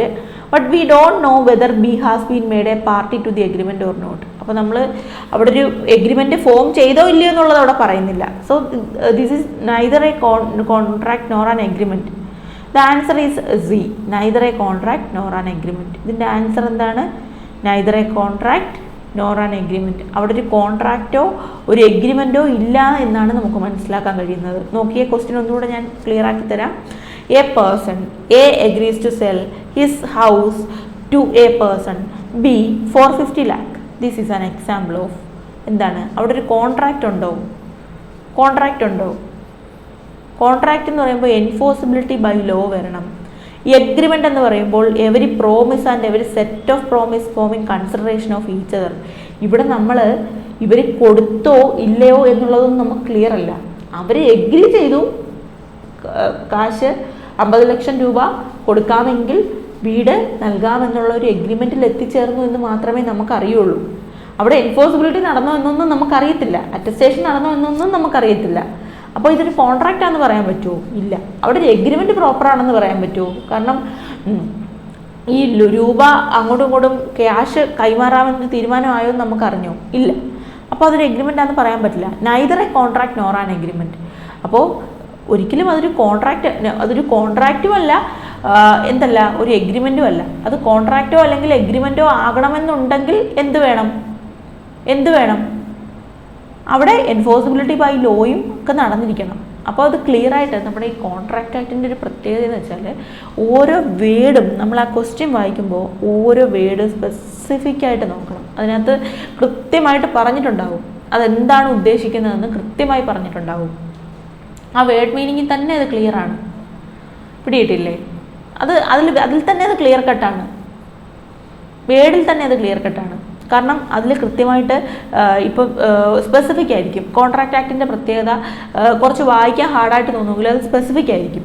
ഇപ്പോൾ ഇങ്ങനൊരു എക്സാമ്പിൾ ഇതൊരു കോൺട്രാക്റ്റ് ആകുമായിരുന്നുവെങ്കിൽ ഇതിൽ കൃത്യമായിട്ട് പറയുമായിരുന്നു, കോൺട്രാക്റ്റ് ഫോം ചെയ്തു, ഇന്ന ദിവസം ഇന്ന തീയതിയിൽ ഇവർ തമ്മിൽ എഗ്രിമെൻ്റ് ആയിട്ട് ആ ക്യാഷ് ബിക്ക് കൊടുത്തു, ബി അത് അക്സെപ്റ്റ് ചെയ്തു, അവിടെ ഒരു കോൺട്രാക്റ്റ് ഫോം ചെയ്തു എന്നുള്ളത് നമുക്ക് ക്ലിയർ ആയി. പക്ഷേ ഇവിടെ അത് വേഗമാണ്. നോക്കിയേ, a person A agrees to sell his house to a person B for 50 lakh. അത്രേ ഉള്ളൂ. ഇതിൽ നമുക്കൊരു എഗ്രിമെൻ്റ് ആയോന്നും നമുക്ക് പറയാൻ പറ്റില്ല. പ്രോപ്പറായിട്ട് കോൺട്രാക്റ്റ് വന്നോന്ന് പറയാൻ പറ്റില്ല. മനസ്സിലായല്ലോ? ക്വസ്റ്റ്യൻ വരുമ്പോൾ വളരെയധികം ശ്രദ്ധിച്ച് വേണം ആൻസർ ചെയ്യാനായിട്ട്.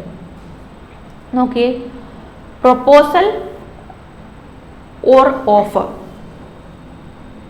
എന്താണ് പ്രൊപ്പോസൽ അല്ലെങ്കിൽ ഓഫർ? നമുക്കറിയാം, ഇന്ത്യൻ ലോ പ്രകാരം പ്രൊപ്പോസൽ എന്നറിയപ്പെടുന്നത് ഇംഗ്ലീഷ് ലോയിൽ ഓഫറാണ്. The whole process of entering into a contract start with a proposal. ശരിക്കും ഒരു പ്രൊപ്പോസലിലാണ് തുടങ്ങുന്നത്, അല്ലേ? നമ്മളിപ്പം ഞാൻ എൻ്റെ വീട് വിൽക്കാമെന്ന് നിങ്ങളോട് പറയുകയും അതൊരു പ്രൊപ്പോസലാണ്. നിങ്ങളത് അക്സെപ്റ്റ് ചെയ്യാൻ തയ്യാറാണെന്ന് ചോദിക്കുന്നു, നിങ്ങൾ അക്സെപ്റ്റ് ചെയ്യാൻ തയ്യാറാണെന്ന് പറയുന്നു, അതൊരു പ്രോമിസിലേക്ക് പോകുന്നു. അപ്പോൾ ഒരു പ്രൊപ്പോസലിലാണ് എല്ലാം സ്റ്റാർട്ട് ചെയ്യുന്നത്. To enter into an agreement such a proposal must be accepted. ഒരു പ്രൊപ്പോസൽ എന്ത് ചെയ്തിരിക്കണം? അക്സെപ്റ്റ് ചെയ്തിരിക്കണം. Proposal or offer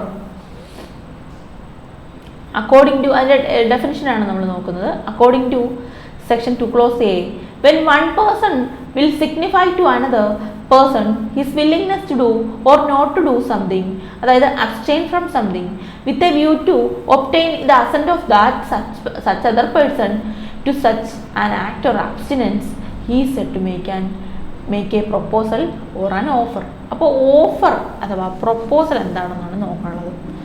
section 2 clause A പ്രകാരമാണ് പ്രൊപ്പോസൽ അഥവാ ഓഫർ എന്താണെന്ന് ഡിഫൈൻ ചെയ്യുന്നത്. അപ്പോൾ എന്താണ് ഒരു പ്രൊപ്പോസൽ അഥവാ ഓഫർ എന്ന് പറയുന്നത്? എന്താണ് അതിൻ്റെ പ്രൊപ്പോസൽ അഥവാ ഓഫർ എന്ന് പറയുന്നത്? എന്താണത്? According to Indian contract act 1872, proposal defined in section 2 clause A. Section 2 clause എയിലാണ് പ്രൊപ്പോസൽ എന്താണെന്ന് പറയുന്നത്. അപ്പോൾ നോക്കിയേ, ഇപ്പം ഞാനിപ്പോൾ എൻ്റെ വീട് നിങ്ങൾക്ക് തരാമെന്ന് നിങ്ങൾ ഓക്കെ ആണോ, നിങ്ങളത് വില്ലിങ് ആണോ അക്സെപ്റ്റ് ചെയ്യാനെന്ന് ഞാൻ ചോദിക്കുവാണ്. അപ്പോൾ when one person will signify, അത് ഞാനാണ്. ഓക്കെ, അപ്പോൾ ഞാൻ എന്താണ്?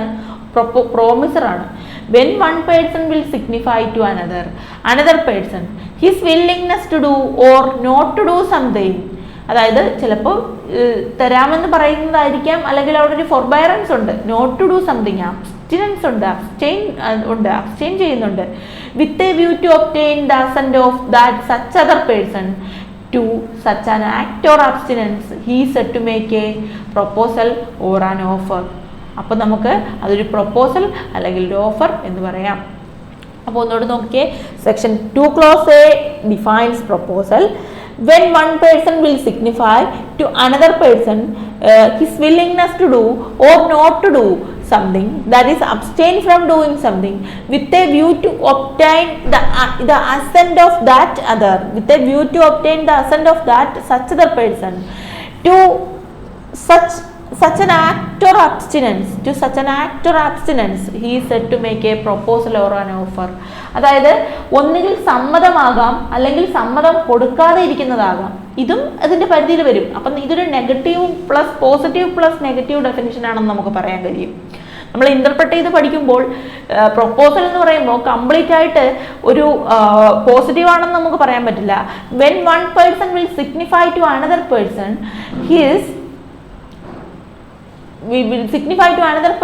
his willingness to do or abstain from doing anything with a view to obtain the assent of that such other person to such an act or abstinence. ചിലപ്പോൾ നമുക്കൊരു കാര്യം ചെയ്യാൻ കഴിയാത്തതും നമ്മൾ എന്ത് ചെയ്യാം? പ്രൊപ്പോസൽ കൊടുക്കാൻ പറ്റും. അതായത് നമുക്കിത് ചെയ്യാൻ കഴിയില്ല, നിങ്ങളിതിൽ നിന്നും പിന്മാറണമെന്ന് പറഞ്ഞ് നമുക്ക് എന്ത് ചെയ്യാൻ കഴിയും? പ്രോമിസ് കൊടുക്കുക. അങ്ങനെയും ഒരു പ്രോമിസ് നേടിയെടുക്കാൻ പറ്റും. അപ്പോൾ ഇത് നമുക്ക് മനസ്സിലാക്കാം, ഇതൊരു പോസിറ്റീവ് പ്ലസ് നെഗറ്റീവ് ഡെഫിനിഷൻ ആണ്. കംപ്ലീറ്റ് ആയിട്ട് പോസിറ്റീവ് ഡെഫിനിഷൻ ആണെന്ന് നമുക്ക് പറയാൻ പറ്റില്ല. അപ്പോൾ ഒരാളുടെ അടുത്ത് ഒരു വ്യക്തി എന്ത് ചെയ്യുവാണ്? അദ്ദേഹം കമ്മ്യൂണിക്കേറ്റ് ചെയ്യുവാണ്. When one person will signify to another person. അപ്പം പ്രോമിസർ അടുത്ത് സിഗ്നിഫൈ ചെയ്യുവാണ്. When one person will signify to another person എന്താണ്? To willingness to do something, another person's willingness, ഒന്നുകിൽ അദ്ദേഹത്തിന്റെ വില്ലിങ്നെസ് നേടിയെടുക്കാൻ വേണ്ടിയിട്ട്, അല്ലെങ്കിൽ അബ്സ്റ്റെയിൻ ഫ്രം ഡൂയിങ് എനിത്തിങ്, അതിൽ നിന്നും അബ്സ്റ്റിനൻസ് എന്ന് പറയുമ്പോൾ അത് വേണ്ട എന്ന് വെക്കുമ്പോഴാണ്, അത് വേണ്ട എന്ന് വെക്കാൻ ആവശ്യപ്പെടുകയാണ്. With a view to obtain the assent of that. അപ്പോൾ അതിൽ നിന്നൊരു അസെന്റ് ഉണ്ട്, എന്തായാലും അദ്ദേഹത്തിന് വേണ്ടുന്ന ഒരു അസെന്റ് നേടിയെടുക്കുന്നുണ്ട്. ഒന്നുകിൽ വേണമെന്നോ അല്ലെങ്കിൽ വേണ്ട എന്നോ ഉള്ളൊരു അസെന്റ് നേടിയെടുക്കുന്നുണ്ട്. To such an act or abstinence, ഇതിനെ ആക്ടിനെയോ അല്ലെങ്കിൽ ഈ അബ്സ്റ്റിനൻസിനെയോ എന്ത് വിളിക്കുന്നു? He said to make a proposal or an offer. അദ്ദേഹത്തിനെ പ്രൊപ്പോസൽ അല്ലെങ്കിൽ ഓഫർ ചെയ്യുന്നു എന്ന് നമുക്ക് പറയാൻ കഴിയും. അപ്പം ഫീച്ചേഴ്സ് എന്തൊക്കെയാണെന്ന് നോക്കാം. Features or essential of such an offer എന്താണെന്ന് നമുക്കൊന്ന് മനസ്സിലാക്കാം. ഫീച്ചേഴ്സ് എന്താണെന്ന് നമുക്കൊന്ന് നോക്കാം, അല്ലേ? നോക്കിയേ, the person making the offer or അല്ലെങ്കിൽ proposal is known as the promiser. the person make ചെയ്യുന്നു, ഓഫർ അല്ലെങ്കിൽ പ്രൊപ്പോസൽ മേക്ക് ചെയ്യുന്ന ആളിനെ പ്രോമിസർ എന്ന് വിളിക്കുന്നു അഥവാ ഓഫറർ എന്ന് വിളിക്കുന്നു. And the person who may accept such an offer will be the promisee or the accepted. Accept ചെയ്യുന്ന ആളിനെ പ്രോമിസി എന്നും അക്സെപ്റ്റർ എന്നും വിളിക്കുന്നു. The offer will have to express his willingness to do or to abstain from doing an act. Offer എന്ന് പറയുമ്പോൾ the offer അഥവാ promiser, the offerer will have to express his willingness to do or abstain from doing an act. ഒന്നുകിൽ willingness ആകാം അല്ലെങ്കിൽ abstain from doing an act ആകാം, അല്ലേ? ഒന്നുകിൽ willingness അല്ലെങ്കിൽ abstain from doing an act. Only willingness is not enough. ഒരു willingness മാത്രം ഒരിക്കലും ഇനഫ് അല്ല. or simply a desire to do or not to do something will not constitute an offer. ഒരു offer എന്ന് പറയുന്നത് ഇതെന്താണ്, സിംപ്ലി ഒരു ഡിസയർ ടു ഡു അല്ലെങ്കിൽ നോട്ട് ടു ഡു എന്ന് പറയുന്നത് ഒരിക്കലും ഓഫർ ആവില്ല.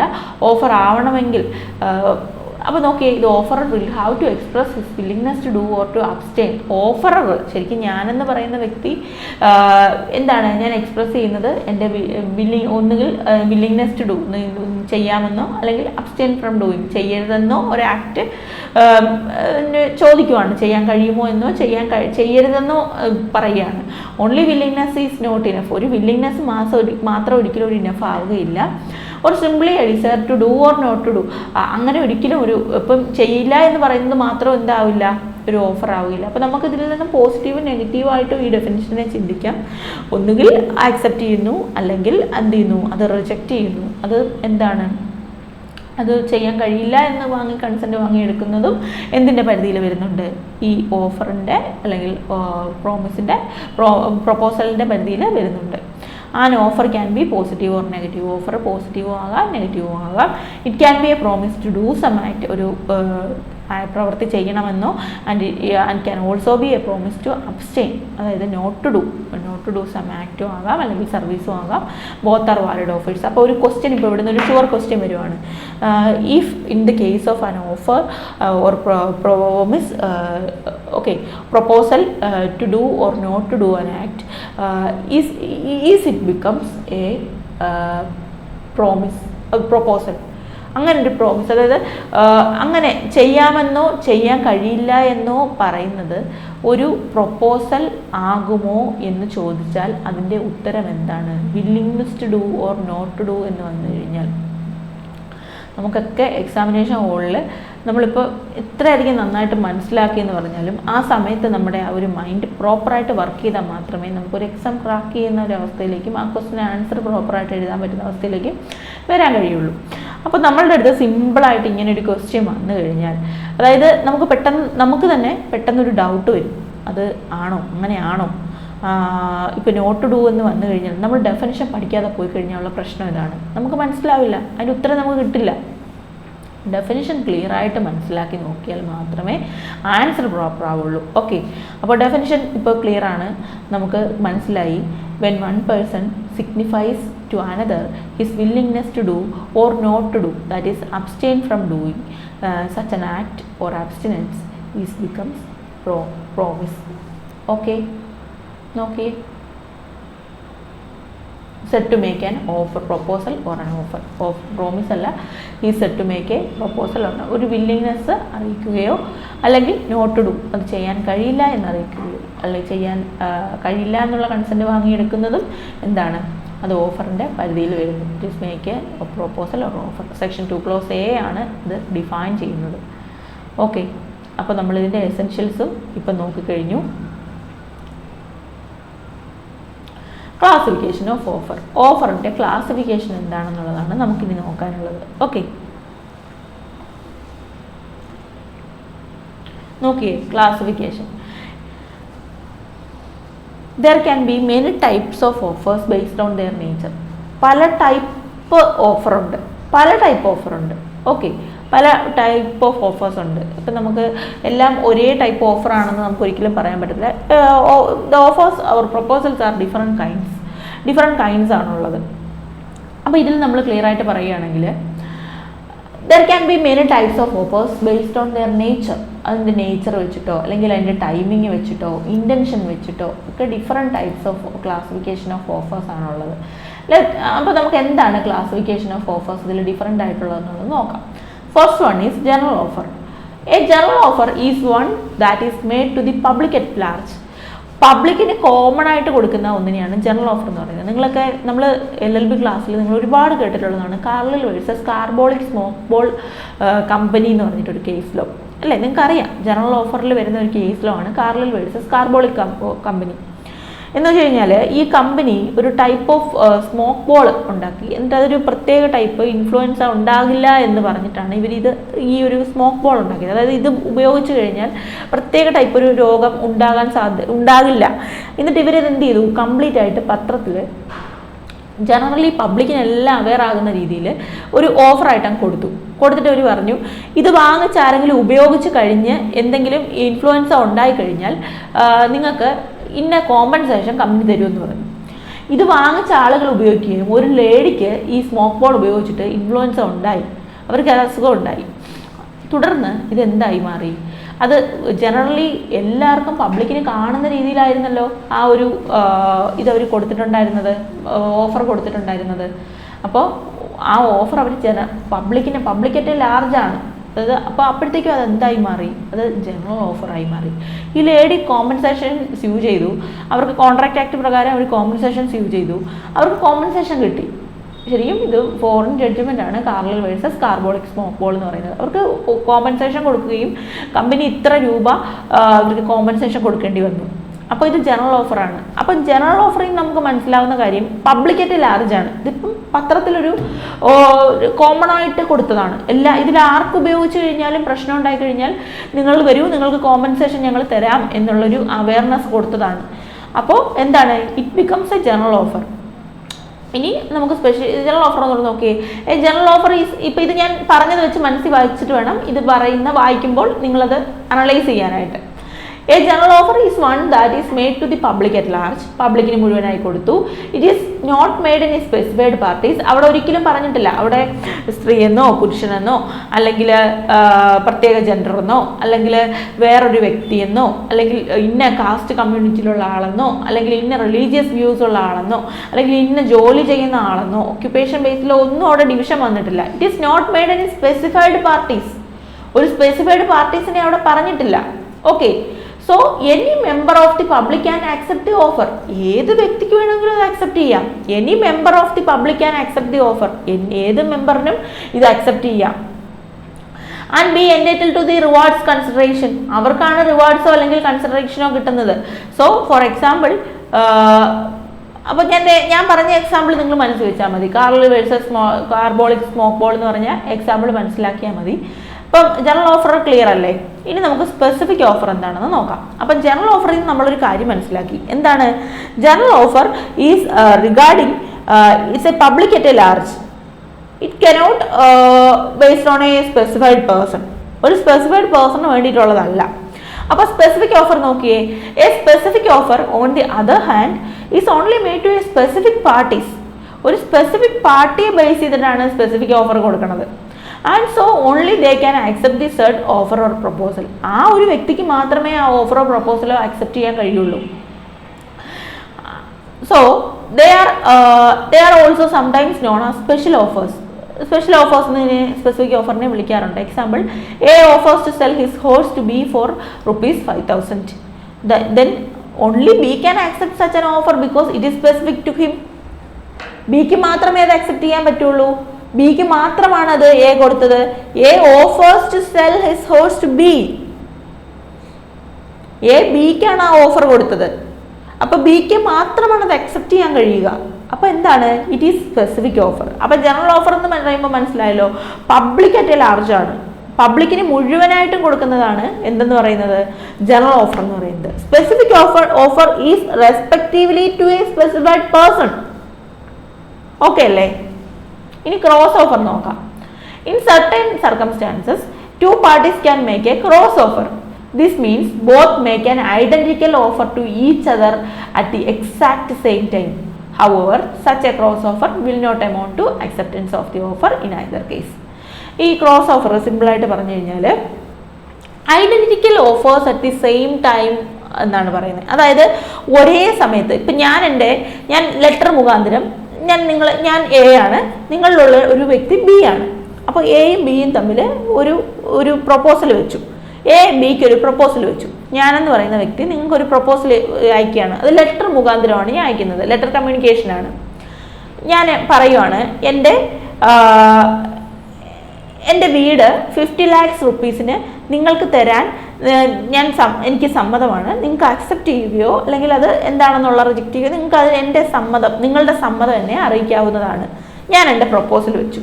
When one person signifies to another his willingness to do or not to do something, abstain from doing such act or abstinence is called as proposal or offer. മനസ്സിലായല്ലോ? ഞാൻ എൻ്റെ proposal വെച്ചു. അപ്പം നിങ്ങൾക്ക് എന്ത് ചെയ്യാം, നിങ്ങൾ ഈ പ്രൊപ്പോസൽ കിട്ടുന്നതിന് മുമ്പ് തന്നെ നിങ്ങൾ എനിക്ക് ഇങ്ങോട്ടേക്ക് ലെറ്റർ വഴി എന്നോട് ചോദിക്കുകയാണ്, നിങ്ങളുടെ 50 ലക്ഷം രൂപയുടെ വീട് എനിക്ക് തരാൻ കഴിയുമോ, നിങ്ങളുടെ വീട് എനിക്ക് 50 ലക്ഷം രൂപയ്ക്ക് തരാൻ കഴിയുമോ, നിങ്ങളുടെ വീട് എനിക്ക് 50 ലക്ഷം, ഞാൻ 50 ലക്ഷം രൂപ പേ ചെയ്യാൻ തയ്യാറാണ്, നിങ്ങൾ ആ വീട് എനിക്ക് തരാൻ കഴിയുമോ, നിങ്ങൾക്ക് ആ വീട് എനിക്ക് തരാൻ കഴിയുമോ. എന്തായി കഴിഞ്ഞു? അത് ക്രോസ് ഓഫർ ആയി കഴിഞ്ഞു. കാരണം എക്സാക്റ്റ് സെയിം ടൈമിൽ ഒരു കാര്യം ഇങ്ങോട്ടേക്ക് ക്രോസ് ചെയ്തിട്ട് ഞാൻ എന്താണോ അങ്ങോട്ടേക്ക് വെച്ച ഓഫർ അഥവാ പ്രൊപ്പോസൽ, ആ പ്രൊപ്പോസൽ നിങ്ങൾ എനിക്ക് ഇങ്ങോട്ടേക്ക് എന്ത് ചെയ്യുകയാണ്, ഐഡന്റിറ്റിക്കലാണ്. അപ്പൊ എന്തായി കഴിഞ്ഞു? അതൊരിക്കലും എന്തല്ല, അത് ക്രോസ് ഓഫർ ആയി കഴിഞ്ഞു. മനസ്സിലായില്ലേ? It becomes cross offer. അതാണ് എൻ്റെ പ്രത്യേകത എന്ന് പറയുന്നത്. കാരണം ക്രോസ് ഓഫർ നമുക്ക് എൻഫോഴ്സ് ചെയ്യാൻ കഴിയില്ല. കാരണം നമ്മൾ ഒരു കോൺട്രാക്റ്റിൻ്റെ section 10 of the Indian contract act defines the enforceability. Contract enforce ചെയ്യണമെങ്കിൽ കുറച്ച് കാരണങ്ങൾ പറയുന്നുണ്ട്. നമ്മൾ പഠിക്കും, ഡീറ്റെയിൽഡ് ആയിട്ട് നമ്മൾ മനസ്സിലാക്കും. അതിലൊന്നാണ് കൺസെന്റ് എന്ന് പറയുന്നത്. കൺസെന്റ് അതുപോലെ തന്നെ കൺസെന്റ് ഫ്രീ ആയിരിക്കണം എന്ന് പറയുന്നുണ്ട്. അതിനോടൊപ്പം തന്നെ കമ്മ്യൂണിക്കേഷൻ പ്രോപ്പർ ആയിരിക്കണം. നമ്മളൊരു കോൺട്രാക്റ്റിൽ എൻ്റർ ചെയ്യുമ്പോൾ കമ്മ്യൂണിക്കേഷൻ പ്രോപ്പർ ആയിരിക്കണം. Consensus ad idem, identity of minds, രണ്ട് കൂട്ടരുടെയും identity of minds in the same thing and the same sense. ശരിക്കും അങ്ങനെയൊക്കെയാണ് ഒരു കോൺട്രാക്റ്റ് വരുന്നത്, കോൺട്രാക്റ്റ് ഫോം ചെയ്യുന്നത് അങ്ങനെയൊക്കെയാണ്. ഇവിടെ നോക്കിയേ, നമ്മൾ തമ്മിലൊരു പ്രോപ്പർ കമ്മ്യൂണിക്കേഷൻ നടന്നിട്ടില്ല എന്നുള്ളതിൻ്റെ ഏറ്റവും വലിയ തെളിവാണ് ഞാനൊരു പ്രൊപ്പോസൽ വെച്ചപ്പോൾ നിങ്ങൾ എനിക്കൊരു പ്രൊപ്പോസൽ തിരിച്ച് എന്നോടൊരു കാര്യം ചോദിക്കുന്നത്, അതും സെയിം കാര്യം. അതെന്തായി? ക്രോസ് ആയി കഴിഞ്ഞു. നമ്മൾ ഈ രണ്ടിലും ഒന്നും അക്സെപ്റ്റ് ചെയ്യാൻ പറ്റാത്ത അവസ്ഥയായി കഴിഞ്ഞു. മറ്റേ വ്യക്തിയെ വെച്ച ഓഫർ നമുക്ക് അക്സെപ്റ്റ് ചെയ്യാൻ കഴിയില്ല, നമ്മൾ വെച്ച ഓഫർ അവർക്കും ഇതാക്കാൻ കഴിയില്ല. അപ്പോൾ cross offer will not amount to acceptance of the offer in either case. Example കൊടുത്തിട്ടുണ്ട്. പിന്നെ രണ്ടുപേർക്കും അക്സെപ്റ്റ് ചെയ്യാൻ പറ്റുന്ന രീതിയിലാണ്. അപ്പോൾ ഒരു നമ്മൾ അറിയാമല്ലോ, നമ്മൾ കോൺട്രാക്ട് എൻഫോഴ്സ് ചെയ്യുമ്പോഴേ എപ്പോഴും അവിടെ ഒരു specific person, specific communication, specific time, specific thing, ഇതൊക്കെ വേണം. ഇതൊക്കെ ഇല്ലാതെ ഫുൾഫിൽ ചെയ്യാതെ വരുമ്പോഴാണ് അത് എൻഫോഴ്സ് ചെയ്യാൻ കഴിയാതെ വരുന്നത്.